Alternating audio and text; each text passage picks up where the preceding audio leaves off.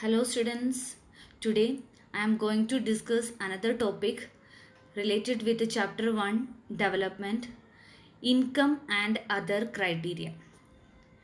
When we looked at individual aspirations and goals, we found that people not only think of better income but also have goals such as security, respect for others, equal treatment, freedom, etc. This portion, that is material and non-material goals, we have already discussed in the previous classes. The material goals means that we can measure in money value, but the non-material goals such as freedom, equality and the respect, security, all these things we can't measure or we can't buy with money. So these things we call it as non-material goals. For comparing different countries' development, this World Bank used income as the main criteria or per capita income as the main criteria for measuring the development. But other factors like this non-material things, they are not considering for measuring the development. So as an individual, for attaining goals or aims or aspiration or their wishes, some other factors also we have to consider apart from income. So similarly, when we think of a nation or a region, we may besides average income think of other equally important attributes. Let us examine this through an example, that is table 1.3 gives the per capita income of Haryana, Kerala and Bihar. Actually these figures are of per capita net state domestic product at current prices for 2016 and 17. That means the per state per capita income that they produced within the domestic territory of a country is given in the table. Let us ignore what this complicated terms exactly means.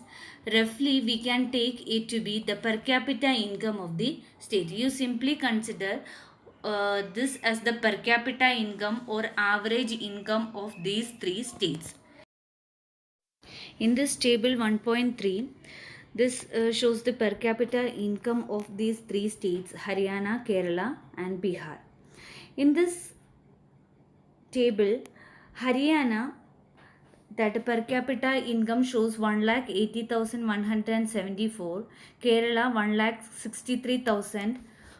1,63,475 and Bihar 34,409. Suppose we take this World Bank's criteria for measuring the development of different states or countries. Here this Haryana will be considered the most developed and Bihar the least developed state of the three, because this Haryana that shows 1,80,174, that is the highest per capita income showed in this table. Now let us look at certain other data pertaining to these states given in table 1.4.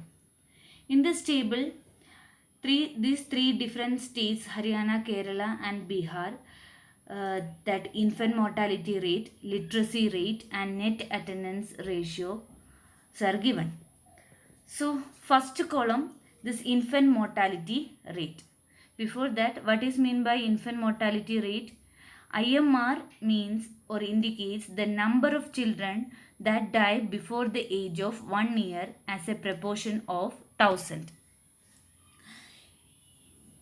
The first column of this table shows in the Kerala, out of 1000 children born, 10 died before completing 1 year of age.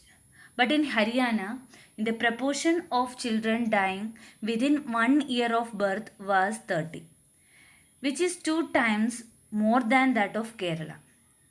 On the other hand, the per capita income of Haryana is more than that of Kerala, we already discussed in table 1.3. So now try to think of parents whose children die before they even celebrate their first birthday. How painful it must be to these parents. So we can't consider this average income is not only the factor for measuring the development of a country. Then the problem does not end with this infant mortality rate. In the last column, that is net attendance ratio. Net attendance ratio. What is net attendance ratio? It is the total number of children of age group 14 and 15 years attending school as a percentage of total number of children in the same age group. How many students of this age group between 14 and 15 are attending to school for their learning? In the case of Bihar, that net attendance ratio is only 43%. Kerala 83% and Haryana 61%. Then this means that if you went to school in Bihar, nearly half of your elementary class would be missing. Those who could have been in school are not there. Suppose if this had happened to you, you would not be able to read what you are reading now. After discussing all these factors, we can conclude that besides average income, some other attributes or factors are equally important for countries or states' development. I hope you understood this video. I will come with more videos related with this chapter. Till then, bye.